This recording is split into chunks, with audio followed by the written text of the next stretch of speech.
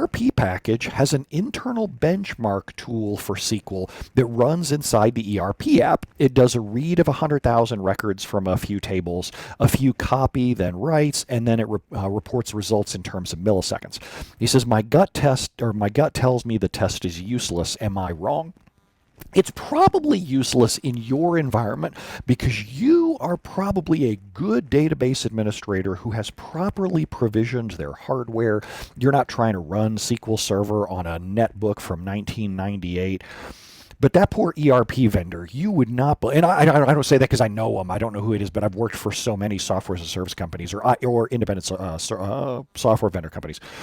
You would not believe the how companies try to get by with really crappy hardware and just stuff that would blow your mind how bad it is. I've seen people try to run ERP apps on like one CPU core, two CPU cores, 4 gigabytes of RAM, local SATA drives, like spinning rusty hard drives, just atrocious stuff. So while it might seem useless to you, there may be scenarios where performance is so bad that even in that little test, the results come back in seconds.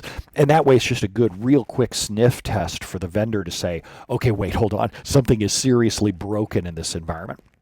It's not that they're trying to measure the fastest SQL servers out there, because it sounds like based on the test that you're talking about, that should be able to complete fairly quickly, even on a decent modern laptop.